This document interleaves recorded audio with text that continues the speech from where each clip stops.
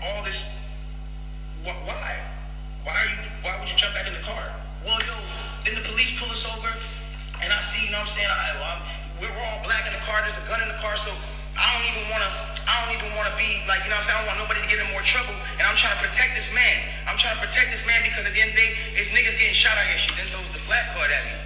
I'm trying to protect this black man. Megan, you see me, and you see us all sprawled out on the ground in bathing suits and blah, blah, blah. And everything I'm saying is public record. You can go back and look at this shit. You can go back and see it. Like, you feel me? Right. Now, yeah, we're going to just break this all down. That's all I can really say.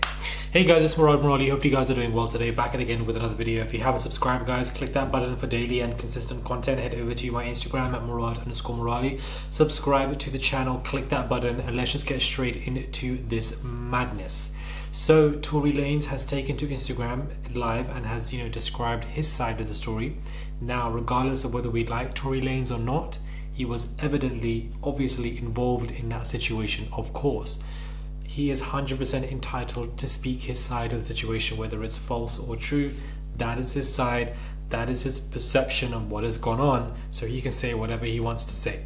That day that I dropped that album, my mom, that was her birthday. And that was also the day she died. So I was also mourning a black woman. My mother. That meant a lot to me. My name is Daystar. I'm her youngest son. That meant a lot to me. And all I was doing was giving a truthful album about what I'm going through. And I thought that people were going to be able to hear it and feel me. But they didn't do that. And I don't expect, everybody. Doesn't mean that it's the truth or that we think is the truth, that we can believe him. But he can speak up if he wants to. Now, why he's doing this so many weeks, months after, even after dropping an album, he's spoken about this. It's a lot, guys. It really is a lot. So he addresses a lot. He basically, literally just finished a stream a couple of hours ago and says, it's crazy because the whole thing about it is like when this whole debacle or whatever you call it came out, the whole time it's like she knows what happened. I know what happened and we know what you're saying. What the alleged things and the alleged accusations of my name is not true. It's falsifies information. It's false. It's not accurate.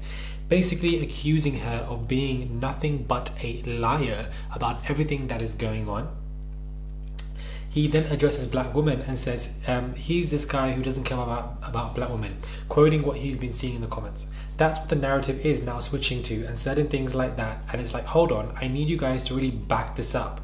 When have I not showed out for black women? Every single one of my videos, the lead girl is black. From Say It to this, when I've not showed up to black women, I made 5 tapes about black love, about black relationship, about a girl relationship. Like, you feel me? Like, when did I become that person? Okay, you became that person when this situation happened with Megan. I don't know why this garden gnome is really, doing so much gaslighting. The sheer amount of gaslighting. For those of you who don't know what is going on, let me actually get you the exact definition of gaslighting, because some people don't know what gaslighting means, and I feel like they overuse this word. Not everything is gaslighting, guys. Not everybody is narcissistic. Look up the diagnostic criteria or definitions about stuff before you just throw out this word very loosely. Use it tightly. The word gaslighting is to manipulate somebody psychologically into doubting their own sanity. Making basically the way Torey is speaking, I genuinely feel like he is speaking in a way in order to allow Megan to doubt her own sanity. Like, wait, maybe I'm the one in the wrong. Maybe I'm the bad person.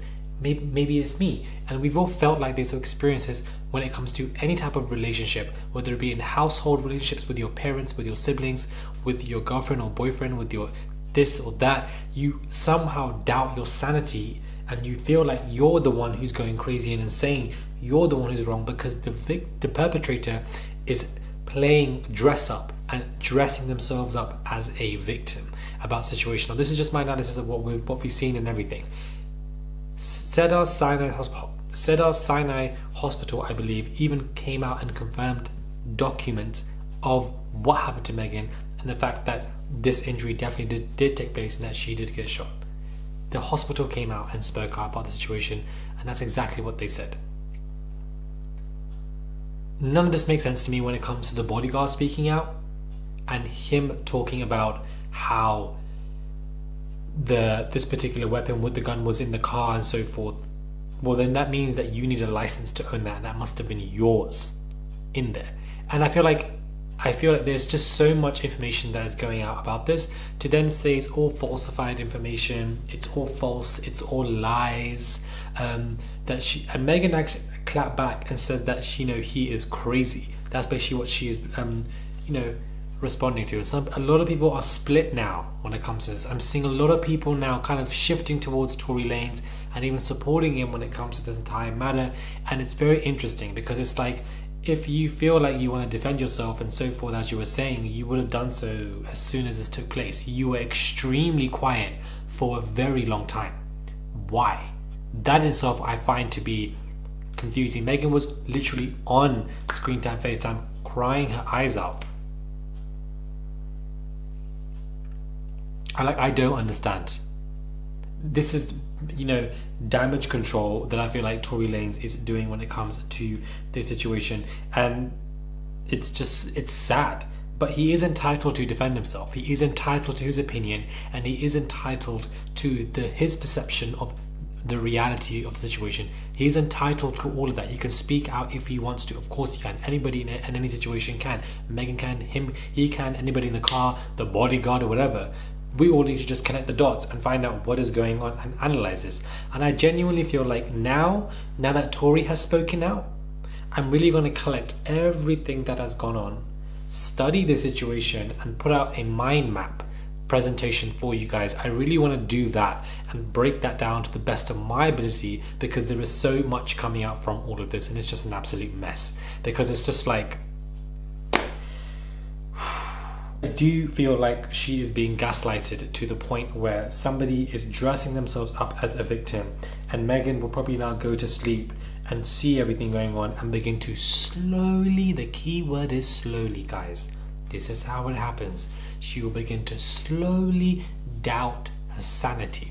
She will begin to slowly doubt what events took place and how it occurred. Because as far as I'm concerned, it wasn't Torey who was in hospital, it wasn't Torey who was limping away and had to literally fall. The footage was there as well. It wasn't Torey who was literally had to have stitches and so forth. So all of this trauma from this is definitely far more for Megan than anybody else, because she was the one who was inflicted. And for this to all take place, it doesn't make any sense that Torey is saying, even claiming that they are still friends, when evidently Megan has expressed that they're not, and that he needs to stay 100 yards away from her. Torey legally needs to stay 100 yards away from Megan. So why would he sit there and continue to say that they are friends? It doesn't add up. To then say that it is falsified information when the hospital have come out and revealed documents about the situation, about what happened to Megan. Guys, we need to connect the dots when it comes to this. There's a lot of gaslighting going on, and it's extremely powerful, because it isn't just doubting the sanity of Megan, but it's also doubting the sanity of individuals and people who first supported Megan. And a lot of them are switching sides, doubting Megan now and so forth, because this individual is dressing up as a flipping victim, and it's very evident to see. I can see through this stuff. I analyzed and studied so many of these case studies throughout my entire degree of clinical psychology and cognitive neuroscience, where we look at stuff like this, and stuff like this takes place in layers.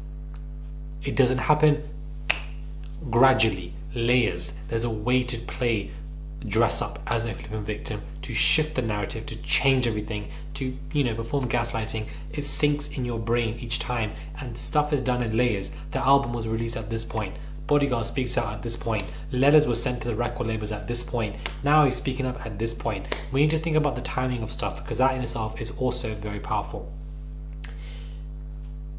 It's a mess, and I didn't expect to do this long ass video, but I need to get into this properly and study this properly, because this is confusing as hell. Let me know what your thoughts are. Subscribe, guys, click that button, and I'll catch you guys soon for another video.